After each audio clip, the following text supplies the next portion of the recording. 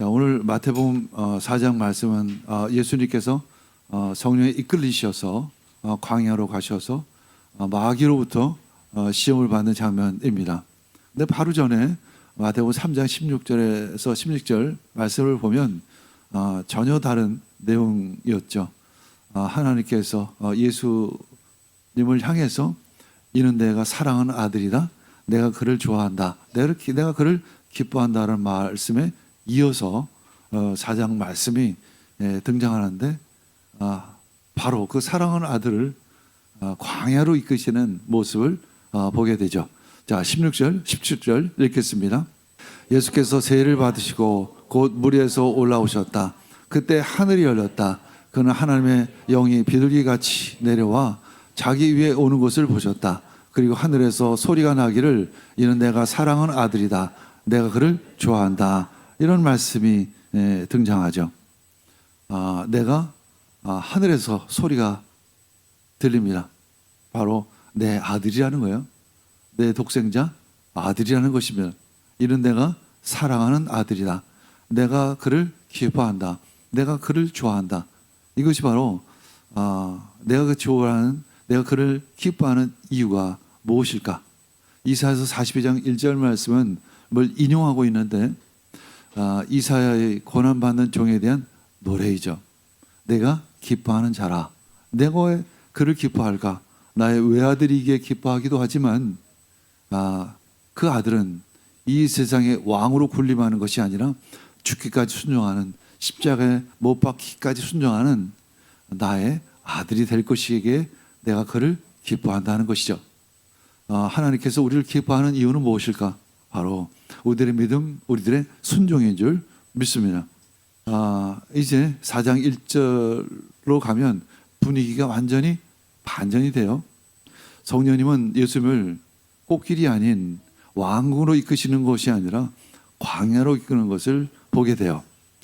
도대체 이 말씀은, 이 4장 말씀을 기록한 이유는 뭐냐면 예수님은 도대체 어떤 메시아인가, 어떻게 사역을 할 것인가 라는 메시지를 우리에게 미리 보여주고 계십니다. 40일을 굶주린 예수님 앞에 선 그 마귀는 집요하게 질문하죠. 네가 만일 하나님의 아들이거든 예수님께 세상의 방식대로 너를 증명해 보이라고 하는 거죠. 그렇게 유혹을 하는 것이죠. 돌을 떡으로 만드는 경제적 메시아가 되라, 이렇게 유혹을 합니다. 성전에서 뛰어내리라, 슈퍼스타 메시아가 되면 좋지 않겠느냐, 이렇게 유혹을 하는 것이죠. 아주 달콤한 유혹인 것입니다.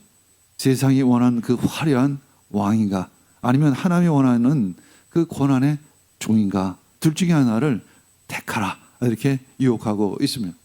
신명기 8장 2절에도 이스라엘 백성들에게 광야로 이끈 그 이유에 대해서 말씀하시죠. 읽겠습니다. 당신들이 광야를 지나온 40년 동안 주 당신들의 하나님이 당신들을 어떻게 인도하셨는지를 기억하십시오. 그렇게 오랫동안 당신들을 광야에 머물게 하신 것은 당신들을 단련시키고 시험하셔서 당신들이 하나님의 계명을 지키는지 안 지키는지 당신들의 마음속을 알아보려는 것이었습니다. 하나님께서는 우리를 광야로 이끄셔서 우리 마음속을 알아보려는 것이죠. 하나님께서 우리의 마음을 모르시기 때문에 알려고 하시는 것일까요?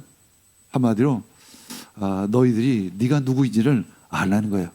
한마디로 자기 발견의 기회로 삼으라는 거예요. 그것이 바로 광야이죠. 광야는 어떤 곳일까? 아무것도 주장할 수 없는 거예요. 명함이 없는 거예요. 내 직책이 없는 거예요. 내 소유가 의미가 없어요. 그때 내 연약함이 그대로 적나라하게 드러나죠.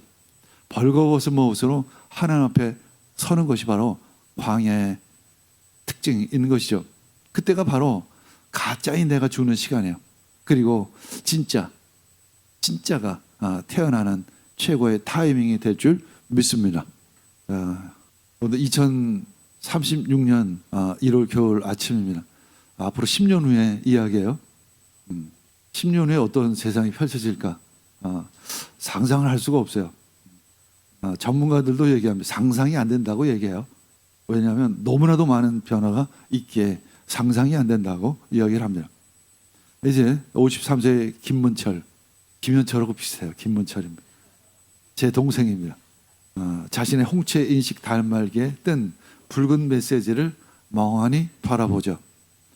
메시지가 하나 뜹니다. 김문철님 귀하의 업무는 오늘부로 생성형 AI 디자인 솔루션 아트X로 대체되었습니다. 그동안의 노고에 감사를 드립니다. 30년 동안 대한민국 최고의 그래픽 디자이너라는 자부심으로 살아온 그 세월, 밤을 새워 만든 시안이 채택되었을 때 그 짜릿함, 그 클라이언트의 박수, 이 수석 디자이너라는 그 명함, 김문철은 그것이 바로 자기 자신이었습니다. 지금까지는 명함, 어떤 유명 회사에 다녔다고 하는 직분, 직함으로 살아왔었어요. 하지만 인공지능 아트 X는 김문철이 일주일 걸려 하던 작업을 단 몇 분 만에 그것도 훨씬 더 완벽하게 해내기 시작을 하죠. 이제는 의미 없는 사람이 된 김문철. 그는 거울을 보며 묻습니다. 디자이너 명함을 뺀 나는 도대체 누구일까? 평균 수명 125세. 앞으로도 70년을 무엇을 하며 살아가야 할까? 그날부터 광야가 시작이 되었습니다. 실 직후 한 달, 문철은 설국 기도원으로 향했습니다. 이제 기도원 뒷산 아무도 없는 바위에 앉았습니다. 세상의 소음이 차단된 그곳 바로 광야였죠. 하나님 앞에 단독자로 벌거벗은 몸으로 섰습니다. 그동안 입고 있던 화려한 옷들이 하나 둘씩 벗겨지기 시작을 합니다. 유명 디자이너, 강남 아파트 소유자, 성공한 중년. 그동안 모든 껍데기가 그 벗겨진 자리에 남은 것은 하나님 없이는 아무것도 아닌 두려움에 떨고 있는 벌거벗은 영혼뿐이었습니다. 김문철은 울부짖습니다. 하나님, 제가 가진 기술이 다 쓸모 없어졌습니다. 저는 이제 무가치한 존재일까요? 도대체 나는 어떤 목적으로, 어떤 이유로 살아가야 할까요? 그 순간 문철의 마음속에 사탄의 속삭임이 들려오기 시작을 합니다. 마치 뱀이 기어오르듯 스멀스멀 올라오죠. 그것은 너무나도 현실적이고 논리적인 유혹입니다. 김문철, 정신 차려. 지금 기도나 하고 있을 때일까? 당장 내려가서 AI 기술 자격증이라도 따야지. 돈 없으면 너는 죽어. 네 가족도 길거리에 나앉을 거야. 자존심이 밥 먹어주니 일단 살고 봐야지. 여러 가지 유혹이 스멀스멀 공격하기 시작을 합니다. 문철은 식은땀을 흘리며 갈등합니다. 말씀이 생각나기도 하죠. 사람이 떡으로만 살 것이 아니요 하나님의 입으로부터 나오는 모든 말씀으로 살 것이라. 그럼에도 불구하고 문철의 마음속에는 여러 가지 갈등, 그 유혹들이 혼돈스럽게 머릿속을 복잡하게 만듭니다. 그때 침묵 속에서 하나님의 세미한 음성이 들리기 시작합니다. 문철아, 나는 네가 만든 그 포스터를 사랑하는 것이 아니라 그저 너를 사랑한단다. 나를 닮은 바로 너를 사랑한단다. 네가 붓을 놓아도 너는 내가 사랑하는 아들이요 나의 기뻐하는 자란다. 순간 문철의 머리를 치는 하나의 깨달음이 있었습니다. 나는 그동안 내가 하는 일이 아닌 일로 나를 평가했는데 하나님은 일로 평가하시는 것이 아니라 나 그대로를 평가하시는구나. 나는 하나님이 사랑하시는 아들이지 라는 깨달음이 얻게 됐습니다. 내 안에 주님의 사랑, 그것이 바로 나로구나. 광야의 시험은 그를 죽이려는 것이 아니라 하나님을 만나고 바로 자신을 찾는 그런 시간이었던 것이죠. 하나님이 나에게 심어주신 나만의 진정 오리지널은 무엇일까? 이 세상 누구도 할 수 없는 나만이 할 수 있는 일은 도대체 무엇일까? 그러면서 자신이 가장 행복했던 때를 떠올리기 시작을 합니다.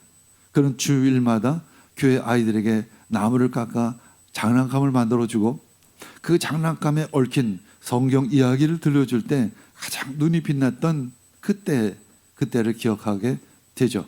문철은 작은 창고를 빌려 공방을 차렸습니다. 그가 AI가 1초 만에 뽑아내는 매끈한 플라스틱 가구가 아니라 옹이가 그대로 살아있고 투박하지만 따뜻한 나무 의자와 장난감을 만들기 시작을 합니다.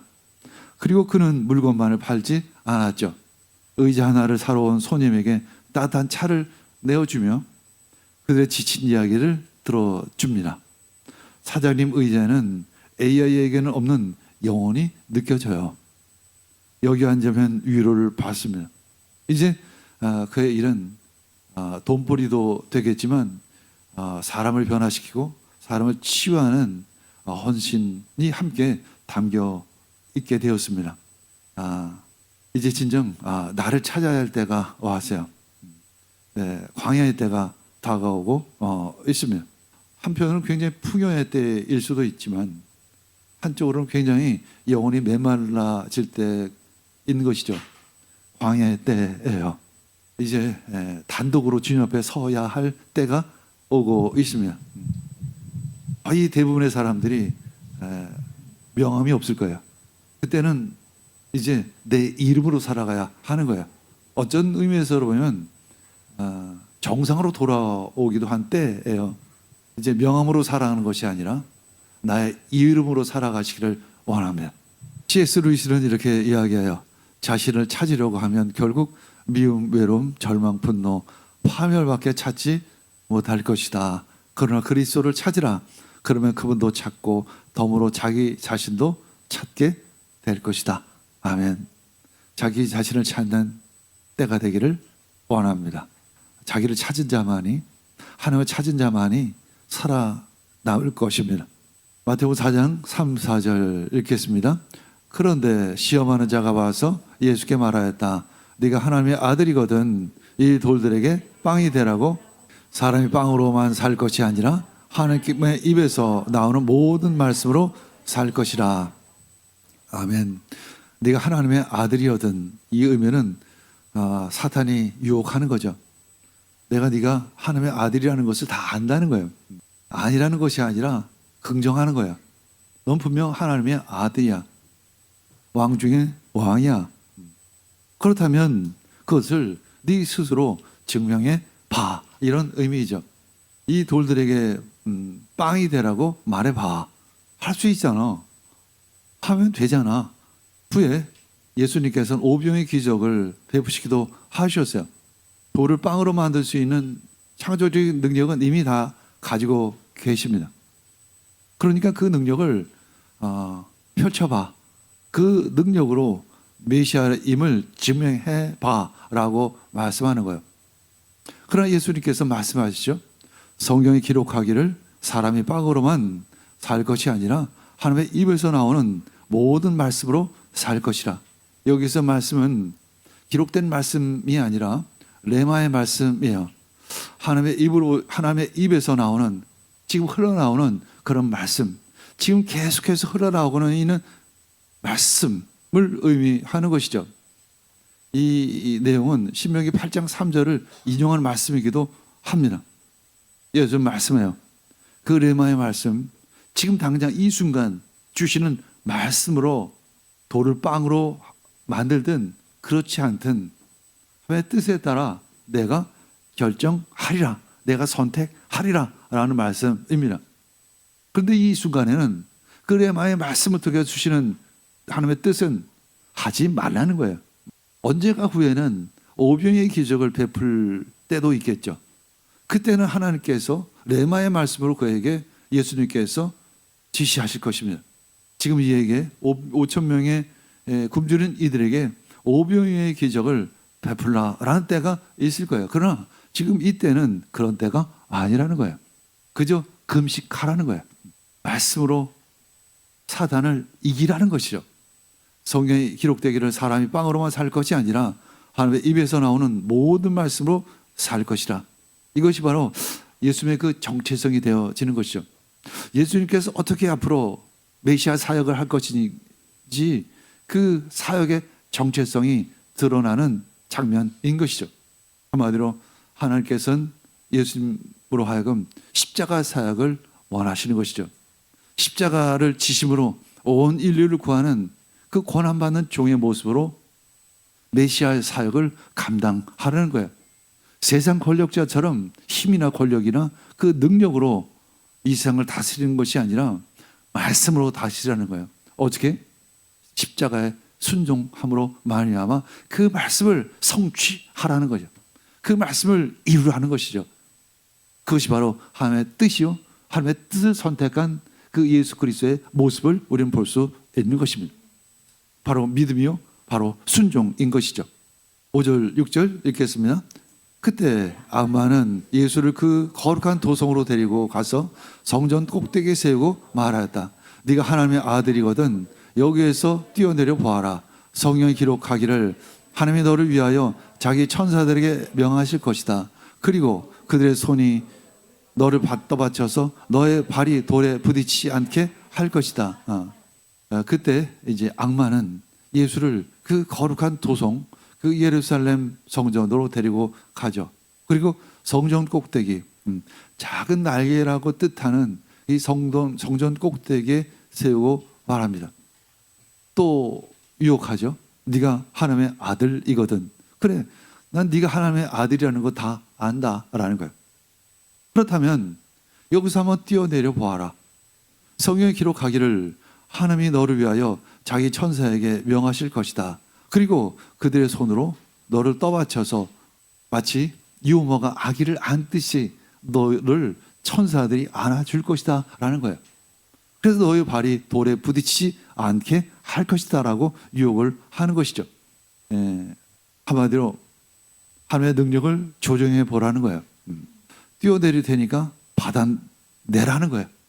그렇게 유혹하는 것이면 하나님의 아들이니까 내가 뛰어내려 볼 테니까 하나님 한번 받아보세요 라는 유혹이 있는 것이죠. 하나님을 조종하는 거죠. 하나님을 시험하는 거예요. 그것은 하나님의 뜻이 아닌 것이면 그때 4장 7절 읽겠습니다. 예수께서 악마에게 말씀하셨다.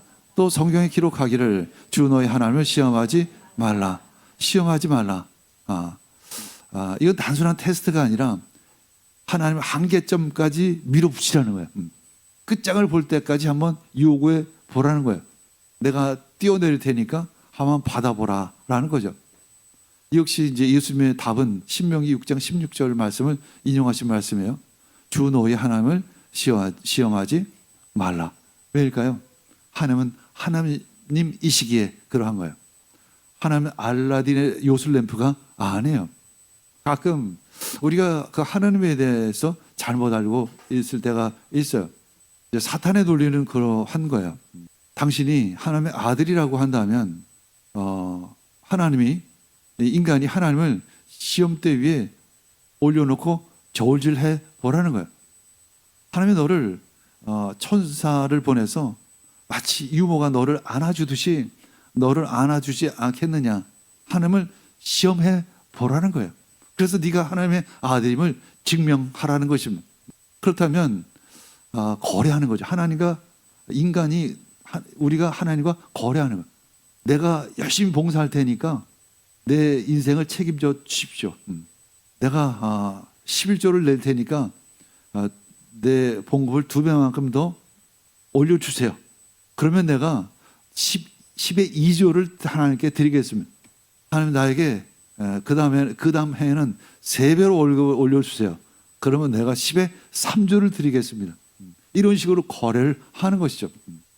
받아주면 믿고 안 받아주면 내가 안 믿겠다는 것. 한마디로 조건부 계약이죠. 가끔 그런 경우가 있죠. 내가 교회에다 그렇게 헌금을 했는데 교회가 건축을 했을 때 내가 헌금을 했는데 근데 그 교회가 이사를 갔어요. 저 지방으로 이사를 갔어요. 그래서 그 장로님이 시험에 들었어요. 그런 경우를 그런 이야기를 듣습니다. 그는 하나님과 거래한 거예요. 사실은 내가 이만큼 헌신했으니까 이만한 대가를 주시겠지. 그가 아니라 무조건적인 믿음이에요. 무조건적인 봉사예요. 무조건적인 희생이 있는 거예요. 대가가 없는 거예요. 대가를 바라지 않고 하는 거예요. 하나님께서 대가를 주실 수도 있고 줄 수도 주시지 않을 수도 있어요. 그것이 문제가 되는 것이 아닙니다. 그저 하나님의 뜻이기에 순종할 뿐인 거예요. 나의 뜻을 위해 하나님의 힘을 조정하는 거예요. 마치 알라딘의 그 요술 램프처럼 마법을 부리는 거죠. 요술을 부리는 거예요. 근데 많은 이들이 그런 신앙을, 그런 잘못된 그 거짓 신앙을 가지고 있습니다. 그러나 예수님의 신앙은 다릅니다. 참된 믿음은 하나님이 재판관이에요. 피조물은 하나님을 시험할 수가 없어요. 하나님은 우리를 테스트할 수도 있고 하나님은 우리를 심판하실 수도 있습니다. 하나님은 인간을 판단하시고 연단하십니다. 그러나 우리가 하나님을 시험하고 하나님을 테스트하고 하나님을 성숙시키는 것이 아니에요. 우리 그저 신뢰하는 것입니다. 우리는 그저 뛰어내리지 않아도 그분은 나의 아버지이십니다. 그리 아니하실지라도 나는 주님을 믿습니다. 다니엘의 고백이죠. 내가 이 불구덩이에 들어가겠습니다. 그러나 불구덩이에서 나를 건져 주실 믿습니다. 그러나 건져 주지 아니하실지라도 그리 아니하실지라도 난 주님을 믿습니다. 당신을 나의 여호와 하나님으로 믿겠습니다. 그 고백이 진정한 참된 믿음인 줄 믿습니다. 하나님의 뜻을 위해 나를 복종시키는 것입니다. 그것이 바로 사탄이 마귀가 예수를 공격한 유혹한 내용이죠. 네가 만왕의 왕이요 하나님의 아들이라고 한다면 너의 능력을, 너의 하나님의 아들됨을 테스트해 보라는 거예요. 증명해 보이라는 거예요. 그러나 예수님은 자기가 하나님의 아들임을 증명하지를 않으십니다. 그리고 십자가에 못 박혀 죽기까지 순종할 뿐인 것이죠. 하나님을 이용하지를 않았습니다. 하나님과 흥정하지를 않았어요. 하나님을 평가하지를 않았어요. 그저 믿고 순종했을 뿐인 거죠. 이것이 바로 믿음인 것이죠. 진정한 믿음으로 나아가시기를 원합니다. 진정한 순종으로 감당하시기를 원합니다. 8에서 9절 읽겠습니다. 시작. 또다시 내가 나에게 엎드려서 절을 하면 이 모든 것을 너에게 주겠다. 악마는 예수를 아주 매우 높은 산으로 데리고 가서 세상의 모든 나라와 그 영광을 보여주며 말하는 거죠. 세상의 권력을 너에게 주리라. 세상의 권력을 너에게 주리라. 요즘 트럼프 대통령이 하는 일이 이해가 되지 않을 때도 많이 있으시죠? 참 저렇게도 하나라는 생각이 들 때도 많아요. 마두로라는 대통령을 그냥 순식간에 잡아다가 자기 나라 재판장에 세우기도 하고 그린란드를 그냥 점령하겠다라고도 이야기를 합니다. 근데 세계사의 흐름을 보면 이것은 미국 나름대로의 그냥 생존 전략일 뿐이에요.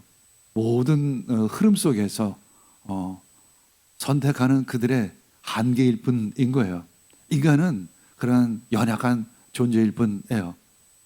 앞으로의 세계는 에너지, 자원, 그것이 결국 힘이요, 그것이 능력이기 때문에 미국 역시 먼저 자원과 먼저 그 땅을 빼앗으려고 하는 거예요. 이제는 인정사정 볼 것도 없어요. 왜냐면 그만큼 세상이 변하고 있다는 거예요. 미국도 살 길을 찾고 있는 거예요. 우리가 이때 도대체 누구를 믿을 것인가? 그렇죠? 진정 하나님만을 믿으시기를 원합니다. 바로 세상의 권력과 힘과 능력, 세상의 자원과 땅을 너에게 다 주겠다라는 거예요. 딱 한 가지 조건, 나에게 절하는 거예요. 나에게 절하면 딱 한 번의 타협인 거예요. 딱 한 번의 타협. 사단의 최종 목적은 뭐냐면 우리를 타락시키는 게 아니라 사탄에게 절하게 하는 거예요. 사탄에게 절하게 하는 것이 마귀의 최종적인 목적인 거예요. 우리는 실수할 수 있고 넘어질 수 있습니다. 그러나 우리는 마귀에게 절하면 안 되는 것이죠. 우리는 돈에게 절하면 안 되는 거예요. 권력에게 절하면 안 되는 거예요.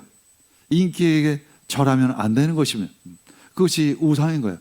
그 우상에게 절하면 우리는 결국 마귀에게 절하게 되는 꼴이 되는 것이죠. 앞으로 세상은 지금의 세상과는 전혀 다를 거예요. 영적으로도. 지금 회색지대가 있지만 산업사회 때는 열심히 일하느라고 예배 좀 못 나와서 라는 핑계가 있을 수 있어요. 그러나 앞으로는 그런 핑계가 통하지를 않아요. 전혀 다른 세상이 찾아올 거예요. 많은 이들은 큰 길로 갈 것입니다. 그러나 소수의 사람들만이 그 좁은 길로 가게 될 것입니다. 진짜와 가짜가 명확하게 드러날 때가 올 것입니다. 진정 광야교회만이 진정 하나님을 찬양하고 하나님을 예배하는 진정한 참 믿음의 사람으로 남게 될 것입니다. 우리는 한 번의 타협을 거부하시기를 원합니다. 한 번의 타협을 거부하시기를 원합니다. 타협하지 않으시기를 원합니다. 그러기 위해선 지금 현실을 너무나도 잘 알아야 돼요. 지금의 세상이 돌아가는 상황들을 진짜 많이 분별해야 합니다. 저는 매일 공부하고 있어요. 엄청나게 많이 공부하고 있습니다. 물론 성경을 많이 공부하지만 이 세상의 흐름에 대해서 굉장히 많이 공부를 하고 있어요. 저 원래 그렇게 많이 공부를 하던 세상에 대해서 그렇게 관심이 없었어요, 사실은. 근데 요즘에는 알아야 된다는 마음을 하나님이 주십니다. 왜냐하면 지금 굉장히 과도기적이고 굉장히 큰 변화의 물결이 찾아오기 때문에 알아야 된다는 거예요. 화폐의 흐름을 알아야 되고, 주식의 흐름을 알아야 되고, 인공지능의 흐름을 알아야 되고, 그 칩들의 메모리 칩들의 흐름을 알아야 되고, 이 세계의 흐름을 알아야 되고, 그 에너지의 흐름을 알아야 되고, 이 땅의 흐름을 알아야 되고, 자원의 흐름을 알아야 되고, 사람들이 트럼프 대통령이 왜 그런 정책을 펼치는지 그 근원을 들여다볼 수 있는 눈이 있어야만 하는 것입니다. 그리고 이 시대에 있는 많은 종교인들의 모습, 많은 신앙인들의 그 흐름들을 볼 수 있어야 하는 거예요. 굉장히 극도로 좌로나 우로나 치우쳐 있는 모습들을 보게 돼요. 이것이 바로 또 힘있고 권력이 있는 정치인들의 노름이에요. 거기에 휩쓸리지 않아야 될 줄 믿습니다. 우리는 분별력을 가지고 있어야 합니다. 알고리즘에 의해서 우리의 생각이나 판단이 흐려지지 않기를 원합니다. 그래서 내가 좋아하는 것만은 계속 보여주잖아요. 유튜브도 그렇고. 그냥 계속 그쪽으로 흘러가는 거예요. 그렇게 되면 어떻게 되냐면 분별력이 떨어져요. 판단력이 떨어져요. 그것이 바로 인공지능을 지배하고 다스릴 수 있는 능력이 어디서 오냐면 그것을 거부할 수 있는 능력이에요. 얘가 지금 나를 계속 꼬시는구나. 알아야 돼요. 유튜브 하나가 떠올라요. 뭐 별거 아닐 수도 있어요. 떠오를 때 얘가 나를 꼬시는구나. 안 봐야지. 왜냐면 내가 그걸 좋아하니까. 내 그 취향이니까 걔가 나를 더 그 취향으로 잡아 이끌고 있잖아요, 사실은. 그러니까 때로는 그것을 거부할 필요가 있어요. 그리고 오히려 약간 이 반대편을 볼 수 있어야 돼요. 이 반대 사람들은 도대체 뭔 얘기를 하고 있나. 정보라는 것은 정보를 믿는 것이 아니라 정보의 약간 요만큼 2% 3% 정도만 받아들이는 거예요. 나머지는 다 버리는 거예요. 다 버리고 2, 3%씩만 흡수하는 거예요. 그리고 그것을 내 나름대로 하나님의 말씀 안에서 새롭게 정리해야 하는 것입니다. 그런 능력이 대단히 필요해요. 그것이 없으면 치우치게 돼요. 치우치면 뭐냐면 인공지능에게 종로로 되어지는 것입니다. 우리는 단순하게 생각해요. 인공지능 시대가 오니까 인공지능에게 종로로 타지 않으려니까 인공지능을 사용하지 말아야 돼. 이건 바보 같은 짓이에요. 많이 사용해야 합니다. 그리고 걔가 도대체 어떤 성격을 가지고 있고 어떤 특징을 가지고 있는지를 분명하게 알아야 돼요. 그리고 그 위를 넘어서야 합니다. 걔네들의 지능을 넘어서야 하는 거예요. 우리의 기억력이나 머리는 그에 비해서 나쁠 수 있는데 분별력이나 직관력은 그들에 비해서 훨씬 뛰어나요. 그러니까 우리가 직관력을 계속 키워나가야 하는 거예요. 창조적인 능력을 계속 키워나가야 하는 것입니다. 절대 지면 안 됩니다. 인공지능에게 지면 안 돼요. 이제 그 싸움이 벌어지기 시작을 했어요. 인공지능 들어온 지가 이제 우리 생활 속에 들어온 건 2, 3년밖에 안 됐는데 벌써 세상이 이렇게 화기하고 있습니다. 절대 타협하지 않으시길 원합니다. 그들을 다스리시기를 원합니다. 세상을 정복하기를 원합니다. 그러려면 아시기를 원합니다. 그런데 알아갈 때 조심할 것은 치우치지 말라는 거예요. 그 꼬임에 넘어가지 말라는 거예요. 그 꼼이라는 게 별거 아니라 내가 좋아하는 것을 자꾸만 부추기는 거예요. 부추기려면 저쪽으로, 나도 모르게 저쪽으로 간. 그 안에 뭐가 생길까요? 분노가 생겨요. 화가 생기고 미움이 생기기 시작을 해요. 가만히 보세요. 내가 누군가를, 어느 정치인들을 유난히 미워해. 이상한 거야. 왜 사람을 미워하죠? 그가 정치인이라고 해서, 그가 누구라고 해서 그렇게 미워할 필요는 없는 거예요. 하나의 인간일 뿐이에요. 죄 많은 인간일 뿐이에요. 그를 다스리시길 원합니다. 그가 대통령일지라도, 그 정당 대표일지라도, 그 권력자일지라도 그를 다스리시기를 원합니다. 어떻게 다스리냐? 온전한 분별력을 가지고 있으면 그를 다스릴 수 있는 거예요. 그러나 그에 의해서, 그에 향해서 분노하고 그를 미워하고 하면 그에게 지는 거예요. 그게 지는 거예요. 바로 감정적으로 쏠리지 않으시기를 원합니다. 영적인 것은 현실적인 거예요. 현실을 직시하시기를 원합니다. 10절 읽겠습니다. 그때 예수께서 그에게 말씀하셨다. 사탄아 물러가라. 성경에 기록하기를 주 너의 하나님께 경배하고 그분만을 섬겨라. 주 너의 하나님께 경배하고 그분만을 섬겨라. 우상을 만드는 사람이나 우상을 의지하는 사람은 모두 우상과 같이 되고 말 것이다. 시편 125편 말씀을 우리에게 말씀하고 있어요. 우리의 경배의 대상은 오직 하나님뿐인 거야. 오직 한 분만을 섬기시기를 원합니다. 사회학이나 인류학에서 이런 얘기를 해요. 인간을 호모 아도란스, 예배하는 인간이라고 부르기도 합니다. 이게 성경적인 얘기 아니라 사회학이나 인류학에서 그런 얘기를 해요. 인간은 이 근본 자체가 누군가를 섬기게 돼 있다는 거예요. 그래서 이 세상에 무신론자는 없다는 거예요. 누군가를 섬길 수밖에 없다는 것입니다. 동물은 먹고 자는 것, 생존이 해결되면 만족하지만 인간은 배가 불러도 의미를 찾지 못하면 자살해요. 그렇죠? 자신을 찾아야 하는 것. 그것이 바로 인간인 거예요. 그래서 인간은 어떤 대상을 사랑하고 숭배함으로써 자신의 정체성을 확인하는 존재예요. 돈을 숭배하는 사람은 돈을 통해서 자기 자신을 찾아요. 근데 문제는 뭐냐면 앞으로는 산업사회 때는 약간 그게 가능했어요. 왜냐하면 물질이 귀했고 돈이 귀했고 가치가 있었기 때문에. 그런데 앞으로는 그렇지 않죠. 돈이 가치가 없어지고 물질이 가치가 없어져요. 그럼 뭘 바라보고 살아가죠?